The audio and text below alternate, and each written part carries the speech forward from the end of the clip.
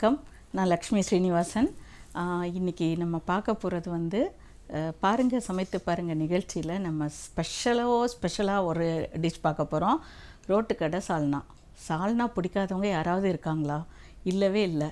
அதுவும் ஒரு 3 மணி 4 மணிக்கெல்லாம் ஒரு பர்டிகுலர் தெருவுலெல்லாம் போகிறப்ப அங்கே ஒரு கடையில் இருந்து வர்ற வாசனை வந்து சாப்பிட வா வா வான்னு கூப்பிடும். கடையில் மட்டும்தான் வா வான்னு சொல்லணுமா? நம்ம வீட்லேயும் அதே சால்னா செஞ்சு பார்ப்போம், என்ன வாசனை வருதுன்னு பார்ப்போம் அப்படின்னு சொல்லிட்டு நீங்கள் ட்ரை பண்ணுறதுக்காக நான் இன்றைக்கி இந்த ரெசிபி எடுத்துகிட்டு வந்திருக்கேன். ரோட்டுக்கடை சால்னா வித் சிக்கன். இது நீங்கள் சிக்கன்லேயும் பண்ணிக்கலாம், இல்லை மிக்சட் வெஜிடபிள்ஸ் போட்டும் பண்ணிக்கலாம். ஸோ வெறும் தக்காளியும் உருளைக்கிழங்கு மட்டும் கூட போட்டு பண்ணிக்கலாம். சிக்கன் சால்னா பண்ணுறதுக்கு தேவையான பொருட்களை இப்போ நம்ம பார்த்துடலாம். சிக்கன் எடுத்திருக்கேன். இது வந்து ரொம்ப நல்ல பீஸாக வேணும், ஃப்ளெஷ்ஷோட நல்ல தை பீஸு அந்த மாதிரி வேணும்னு கூட இல்லை. கொஞ்சம் நம்ம சின்னதாக இருக்குது, கொஞ்சம் போனும் பீஸுமா இருக்குது, சின்ன பீசஸாக இருக்குது. இந்த மாதிரி பீசஸ் எல்லாம் எடுத்துக்கலாம். நீங்கள் குட்டி குட்டியாக இருக்கிற பீசஸ், கொஞ்சம் போனும் இதுமா இருக்கிறது, அந்த மாதிரி பீசஸ் எடுத்துக்கோங்க. கிட்டத்தட்ட சொல்லப்போனால் கொஞ்சம் வேஸ்ட்டு பீஸுங்கிற மாதிரி கூட வச்சுக்கலாம். ஏன்னா நமக்கு அதோட டேஸ்ட்டு இறங்கி வரணும், அவ்வளோதான். ஸோ இதுக்கு வந்து நான் இப்போ எடுத்துருக்கிறது வந்து கம்மி குவான்டிட்டி தான் எடுத்துருக்கிறேன். இது வந்து ஒரு 3-4 பேர் சாப்பிட்றதுக்கு தாராளமாக போதும். தக்காளி வந்து சின்னதாக கட் பண்ணி எடுத்து வச்சுருக்கிறேன். 2 பெரிய வெங்காயத்தை சின்னதாக கட் பண்ணி எடுத்து வச்சுருக்கிறேன். 2 பச்சை மிளகா, சில்லி பவுடர் 1.5 டீஸ்பூன், தனியா பவுடர் 2 டீஸ்பூன், மஞ்சத்தூள் 1/4 டீஸ்பூன், உப்பு வந்து 1 டீஸ்பூன் எடுத்துருக்கிறேன். உப்பு ஏன் இவ்வளோ எடுத்துருக்கேங்கிறத நான் சொல்கிறேன் உங்களுக்கு. சீரகம் வந்து 1 டீஸ்பூன் எடுத்துருக்கிறேன். தேங்காய் வந்து 2 டேபிள் ஸ்பூன் அளவுக்கு வர மாதிரி துருவினது எடுத்துக்கோங்க. இல்லைன்னா இந்த மாதிரி சின்னதாக பத்தை போடுறதுன்னு சொல்லுவாங்க இல்லையா, அந்த சில்லு போடுறதுன்னு, இதில் வந்து ஒரு 3 சில்லு அளவுக்கு எடுத்துருக்கிறேன். கசகசா வந்து 2 டீஸ்பூனு, மிளகு வந்து 1 டீஸ்பூன் மிளகு, இஞ்சி பூண்டு பேஸ்ட்டு 2 டீஸ்பூனு, 1 டேபிள் ஸ்பூனு பொட்டுக்கடலை, எண்ணெய் வந்து சமைக்கிறதுக்கு இது வந்து சன்ஃப்ளவர் ஆயில் எடுத்துருக்கிறேன். அப்புறம் இதில் வந்து அரைக்கிறதுக்கு சோம்பு, கஷ்யூநட், 2 ஏலக்காய், 4 கிராம்பு, ஒரு சின்ன பீசஸ் பட்டை எடுத்துருக்கேன். இதெல்லாம் நம்ம அரைக்கிறதுக்கு எடுத்துக்கிறோம். குக் பண்ணுறப்ப நிறைய தண்ணி விடணும், அப்போ தான் இது வந்து கெட்டியாக வரும். அதுக்காக நம்ம தண்ணி நிறையா ஆட் பண்ண வேண்டியிருக்கும். தண்ணி எடுத்து வச்சுருக்கிறேன். இப்போ நான் சொன்னேன்ல உப்பு ஏன் இதில் கம்மியாக யூஸ் பண்ணுறேன்னு, அதோட ரீசன் வந்து என்னென்னா, உப்பு வந்து புளியெல்லாம் இருக்கிற மாதிரியான கிரேவின்னு வச்சுக்கோங்க. உப்பு நல்லா நீங்கள் எவ்வளோ சுள்ளுன்னு போட்டாலும் அது எடுக்கும். ஆனால் புளி இல்லாத கிரேவி, கரம் மசாலா போடுற கிரேவியில் நீங்கள் கொஞ்சம் உப்பு போட்டால் கூட ரொம்ப தூக்கலாக காட்டிடும். அதனால் 1/2 கிலோ சிக்கனுக்கு 1 டீஸ்பூன் குவியலாக உப்பு எடுத்துக்கோங்க. அப்படி இல்லை அப்படின்னா அந்த கணக்குக்கு நீங்கள் எவ்வளோ கம்மியாக சிக்கன் வச்சுருக்கீங்களோ அவ்வளோ கம்மியாக உப்பு எடுத்துக்கோங்க. நான் இப்போ வச்சுருக்கிறது ஒரு 300 கிராம் இருக்கும் சிக்கன். அதனால் நான் வந்து 1 டீஸ்பூனுக்கும் கொஞ்சம் கம்மியாக தான் எடுத்துருக்கிறேன் உப்பு. ஸோ இப்போ சால்னாக்குன்றப்ப எப்போவுமே உப்பு கம்மியாக எடுத்துக்கோங்க. ஏன்னா கொஞ்சம் கூடிச்சினாலும் ரொம்ப அப்படியே உப்பாக இருக்கிற மாதிரி இருக்கும். ஏன்னா அதில் வந்து புளி எதுவுமே இல்லை, புளிப்புக்கு எதுவுமே இல்லை, ரொம்ப எதுவுமே இல்லை. லெமன் போடலை, தயிர் போடலை, அப்புறம் புளி தண்ணி ஊற்றலை. இந்த 3 இருந்ததுன்னா ஓகே, உப்புக்கு வந்து பேலன்ஸ் பண்ணோம். கொஞ்சமாக டொமேட்டோ மட்டும்தான் போடுறோம். அதுக்கு வந்து இதுக்கு இந்த உப்பு கூடிச்சுன்னா பேலன்ஸ் பண்ணாது. அதனால் இந்த அளவுக்கு உப்பு கம்மியாக நம்ம எடுத்துக்கிறோம்.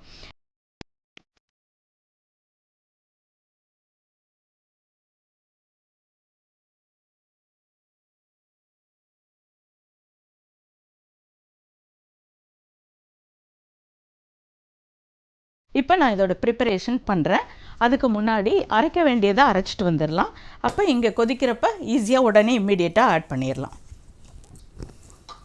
இதுக்கு வந்து தேங்காய், சீரகம் எல்லாத்தையும் நான் ஒன்றா போட போகிறேன். ஃபைன் பேஸ்ட்டாக அரைச்சிட்டு வரணும். தேங்காய் வந்து சின்னதாக கட் பண்ணிக்கோங்க.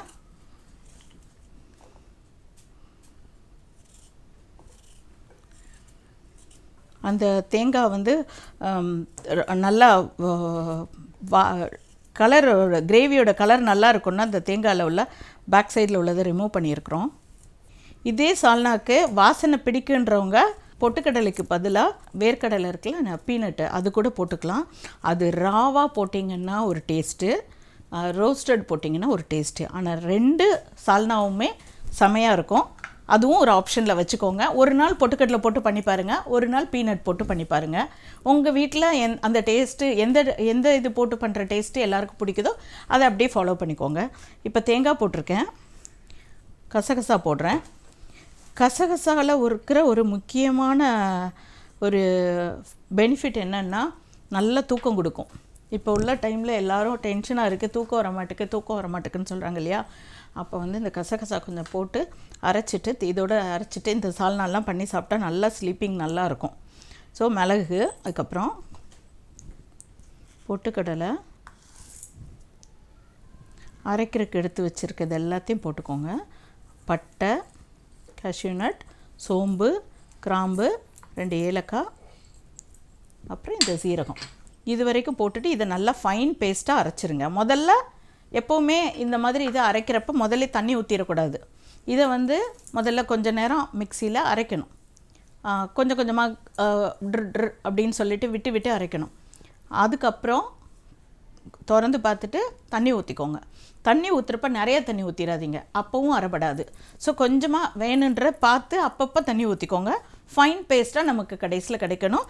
அப்போ திக்காக இருக்கக்கூடாது, அது கொஞ்சம் லிக்விடாக இருக்கணும். அந்த மாதிரி இப்போ நான் அரைச்சிட்டு வந்து உங்களுக்கு காட்டுறேன். அது எவ்வளோ ஃபைன் பேஸ்ட்டாக எவ்வளோ இதாக அரைச்சிருக்குன்னு பார்த்துக்கோங்க. ஸோ இந்த கன்சிஸ்டன்சி இருக்கணும். நான் காட்டுற கன்சிஸ்டன்சி இந்த கன்சிஸ்டன்சி இருக்கணும். இவ்வளோ ஃபைன் பேஸ்ட்டாக இருக்கணும். இதுவே அவ்வளோ நல்லா இருக்குது வாசனை.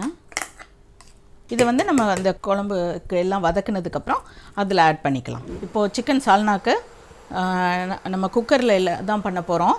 முதல்ல எண்ணெய் ஊற்றிக்கிறேன். ஒரு 2 டேபிள் ஸ்பூன் அளவுக்கு எண்ணெய் ஊற்றிருக்கேன். ரொம்ப பிடிக்குன்றவங்க பட்டர் போடலாம், பட் எண்ணெயே போதும். அந்த அளவுக்கு இது டேஸ்ட் ரொம்ப நல்லா தான் இருக்கும். இதுக்கு மேலே அதில் ரிச்னஸ் கொடுக்கணுன்னு இல்லை. எண்ணெய் இப்போ நல்லா சூடாகிட்டு இதில் வந்து கொஞ்சம் கொஞ்சமாக வெங்காயம் எல்லாம் ஆட் பண்ணிக்கோங்க.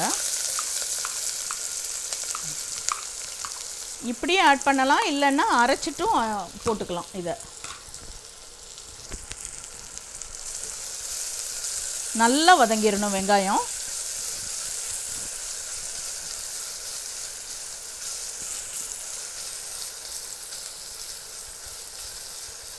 இந்த மாதிரி பண்ணுறது வந்து 2 மெத்தடில் பண்ணிக்கோங்க. ஒன்று வந்து தக்காளி வெங்காயமும் நல்லா ஃபைனாக ஒன்றுக்கு ஒன்று மிக்ஸ் ஆகுற மாதிரி வதக்கிக்கலாம். இல்லை அப்படின்னா தக்காளி, வெங்காயம், பச்சை மிளகாய் 3ஐயும் மிக்சியில் ஒரு 1-2 ஒரு கொரப்பாக அரைச்சிட்டு வந்துட்டு ஆட் பண்ணிக்கோங்க. எப்படினாலும் பண்ணிக்கலாம். பட் வதக்கிறப்ப நல்லா வதக்கிடணும். ஏன்னா வெங்காயமும் தக்காளியும் நீங்கள் அரைச்சிட்டு வந்து சரியாக வதக்கலைன்னா அந்த டிஷ் வந்து ரொம்ப ரா ஸ்மெல்லாக நல்லாவே இருக்காது. ரொம்ப சாப்பிட்றதுக்கே ஒரு மாதிரி இருக்கும். அதில் எவ்வளோ டேஸ்ட்டாக இருந்தாலும் ஏதோ மிஸ் ஆன மாதிரி, ஏதோ ஒரு குறை இருக்கிற மாதிரி இருக்கும். அரைச்சிட்டு வந்து வதக்கிற வெங்காயத்தையும் தக்காளியையும் வதக்கிறதா இருந்தால் கிட்டத்தட்ட ஒரு 10 நிமிஷம் வரைக்கும் வதக்கணும். பக்கத்துலேயே நின்றுக்கோங்க, ஏன்னா அடி ஒட்டாமல் இருக்கிறதுக்கு. பக்கத்துலேயே நின்று கலரி விட்டுக்கிட்டே இருங்க. பட் நான் வந்து இப்போது வதக்கி பண்ணுறேன். வெங்காயத்தை தனியாக தக்காளி தனியாக வதக்கிட்டு பண்ணுறேன், அரைக்கலை. அதை வதக்கிறப்ப அதில் வெங்காயத்துலேருந்து ஒரு ரா ஸ்மெல் இருக்கும்ல, அது போகிற வரைக்கும் வதக்குனா போதும். சைடில் ப்ரௌன் வரணும்.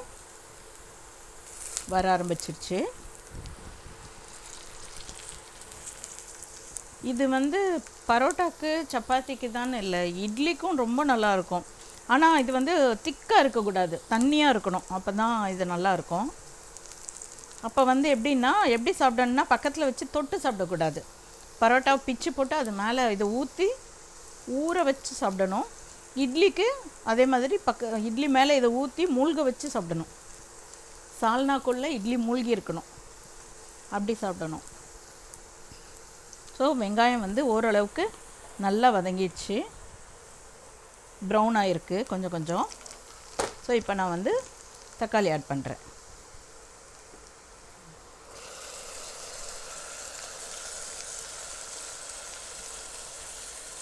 இது கொஞ்சம் பொறுமையாகவே பண்ணுங்கள், ஏன்னா வேகமாக சீக்கிரம் பண்ணணுன்றதுக்காக வெங்காயத்தையும் தக்காளியும் லைட்டாக வதக்கிட்டு நீங்கள் ஆட் பண்ணிட்டீங்கன்னா என்ன ஆகும்னா, உங்களுடைய அந்த குழம்பு இருக்குல்ல, கிரேவி சால்னா இருக்குல்ல, அது வந்து பைண்ட் ஆகி இருக்காது, தனித்தனியாக இருக்கும். ஏதோ அங்கே கொஞ்சம் வெங்காயம் தனியாக இருக்கும், தக்காளி தனியாக இருக்கும், எல்லாம் தனியாக இருக்கும். ஸோ இது பைண்ட் ஆகி ஒரு மாதிரி மசீர மாதிரி வர்ற வரைக்கும் வதக்கிடுங்க.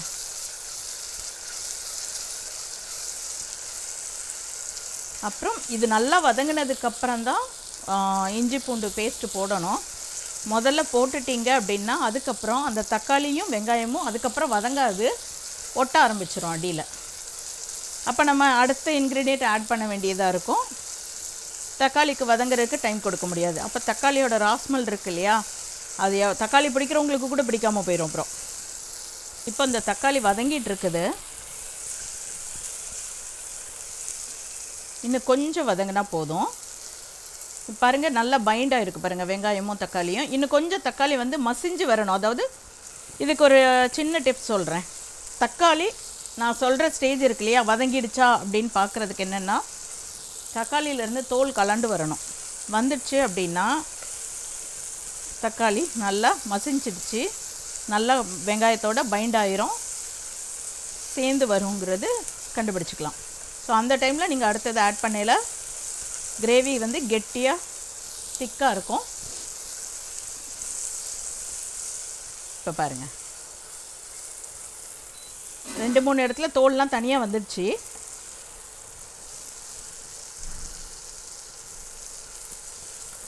நல்லா பைண்ட் ஆகிட்டு இப்போ வந்து இஞ்சி பூண்டு பேஸ்ட் போடுறேன்.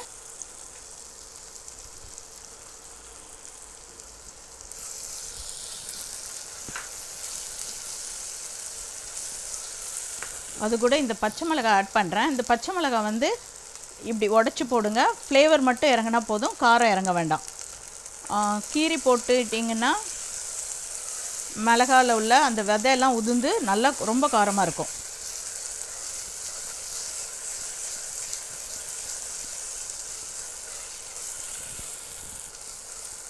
ரொம்ப நல்லா பைண்ட் ஆகிருக்கு பாருங்கள். பச்சை மிளகா,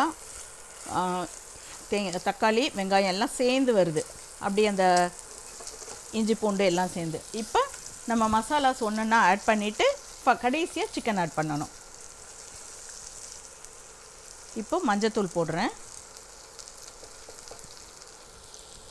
சில்லி பவுடர், தனியாத்தூள். கரம் மசாலா போட வேண்டாம், ஏன்னா நம்ம கரம் மசாலா வந்து நம்ம முழுசாக எடுத்து போட்டு அரைச்சிருக்கோம் இல்லையா, அது போதும். இந்த சால்னா வந்து எப்போவும் லைட் ஃப்ளேவரில் தான் இருக்கும், ரொம்ப அப்படியே அடிக்கிற கரம் மசாலா வாசனையில் இருக்காது. இப்போ நான் எடுத்து காட்டுறேன், அது என்ன அழகான பேஸ்ட் மாதிரி இருக்குன்னு பாருங்கள். அவ்வளோ அழகாக பைண்டாக இருக்குது. இப்போ இதில் வந்து நம்ம சிக்கன் ஆட் பண்ணிடலாம்.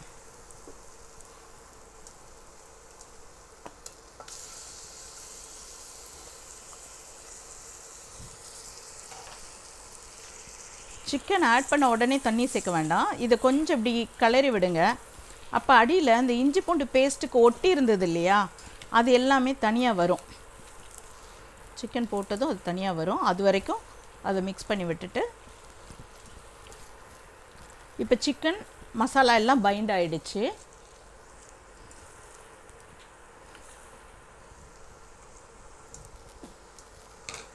சால்ட் ஆட் பண்ணுறேன். சால்ட் ரொம்ப கம்மியாக தான் ஆட் பண்ணுறேன், 1 டீஸ்பூன்லாம் போடலை, அதுக்கு கம்மியாக தான் எடுத்துருக்கிறேன். இப்போ ஃபைனலாக நம்ம அரைச்சி வச்சுருக்கிற அந்த பேஸ்ட் இருக்கு இல்லையா, அது போட்டுடலாம்.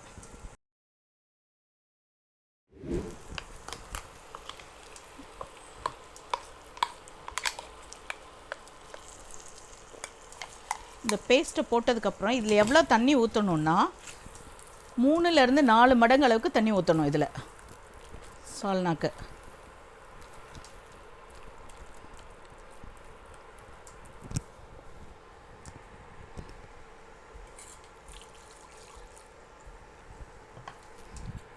அதுக்கப்புறம் 3 விசில் வரைக்கும் விடலாம். சரி, உங்களோட குக்கர் 1 விசில்லே எல்லா டைமும் குக் ஆயிரும். ரைஸ்க்கு எவ்வளோ விசில் விடுறீங்களோ அவ்வளோவுக்கு விட்டுக்கோங்க. இந்த மிக்ஸி ஜாரில் உள்ளதெல்லாம் சேர்த்து எடுத்துக்கலாம்.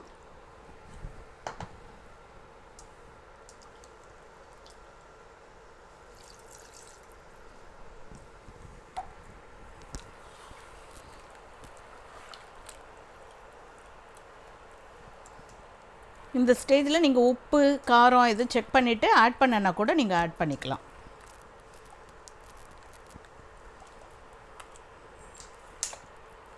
இப்போ நான் அது குக்கர் மூடிட்டு 3 விசிலுக்காக வெயிட் பண்ணுறேன். 3 விசில் அடித்ததுக்கப்புறம் திருப்பி அதில் ஃபைனலாக கொத்தமல்லி இலை போட்டுட்டு நம்ம சால்னா பரோட்டாக்கு எடுத்துக்கலாம்.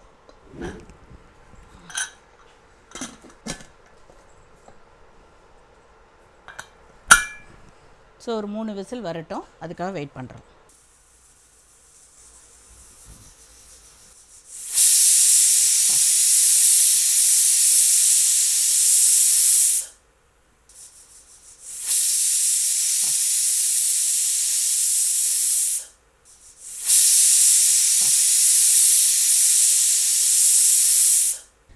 கம்மான்னு மணக்குது.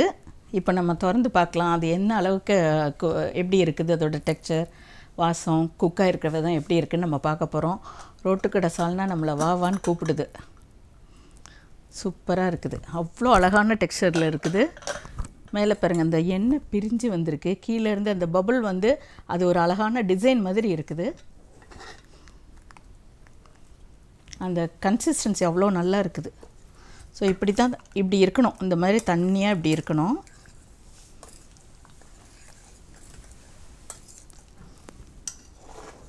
இப்போ நான் இதில் சர்வ் எடுத்துக்கிறேன்.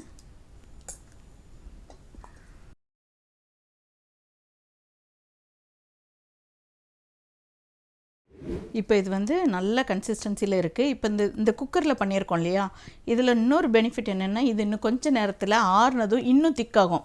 அதனால் இது தண்ணியாக இருக்குது, அப்போ நான் கொஞ்சம் தண்ணி ஊற்றுறேன்னு சொல்லிவிட்டு நீங்கள் தண்ணியெலாம் ஊற்ற வேண்டாம். கெட்டியாக இருக்குதுன்னு சொல்லி தண்ணி ஊற்றிடாதீங்க, தண்ணியாக இருக்குதுன்னு சொல்லி இன்னும் கொஞ்சம் வற்ற விட்டுறாதீங்க. அது ஆட்டோமேட்டிக்காக இந்த கன்சிஸ்டன்சிலேருந்து நமக்கு வேணுங்கிற கரெக்ட் கன்சிஸ்டன்சி வரும். நான் இப்போ இதில் வந்து கொத்தமல்லி இலை போட்டுறேன். கம்மான்னு இருக்கிற இந்த ரோட்டுக்கடை சால்னா சிக்கன் போட்டு பண்ணியிருக்கோம். இதில் நீங்கள் உருளைக்கிழங்கு, தக்காளி போட்டு பண்ணிக்கலாம். வேறு ஏதாவது கொண்டக்கடலை, பட்டர் பீன்ஸ் எது வேணாலும் போட்டு பண்ணிக்கலாம். ஒரு தடவை பொட்டுக்கடலை போட்டு பண்ணி பாருங்கள், ஒரு தடவை பீனட் போட்டு பண்ணி பாருங்கன்னு சொல்லியிருக்கேன். உங்களுக்கு எந்த ஃப்ளேவர், எந்த டேஸ்ட்டு பிடிச்சிருக்குன்னு பாருங்கள்.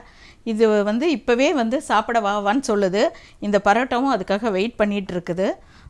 இதே சால்னாவை நீங்கள் வீட்டில் செஞ்சு பார்த்துட்டு உங்கள் குழந்தைங்களுக்கு ஹெல்த்தியாக வீட்டிலே ரெடி பண்ணி கொடுங்க. இது மைதாவில் பண்ணின பரோட்டா, நீங்கள் வந்து கோதுமையில் பண்ணின பரோட்டாலேயோ இல்லை சப்பாத்திலேயோ கூட இதை நீங்கள் பிச்சு போட்டு இது பண்ணி கொடுத்துக்கலாம். இப்போது நம்ம ரெடி பண்ணியிருக்கிற இந்த சால்னாவோட டேஸ்ட் எப்படி இருக்குங்கிறது நீங்கள் பார்த்துட்ருக்க உங்களுக்கு தெரியாது இல்லையா, நீங்கள் உங்கள் வீட்டில் செஞ்சு பார்த்தா தானே தெரியும். இந்த ரெசிபியை அப்படியே ஃபாலோ பண்ணிவிட்டு செஞ்சு பார்த்துட்டு எங்களுக்கு சொல்லுங்கள் அது எப்படி இருந்ததுன்னு. இந்த ரெசிபி உங்களுக்கு பிடிச்சிருக்குன்னு நினைக்கிறேன். இன்னும் ஒரு நல்ல ரெசிபியோட மீண்டும் உங்களை சந்திக்க வர்றேன். நன்றி, வணக்கம்.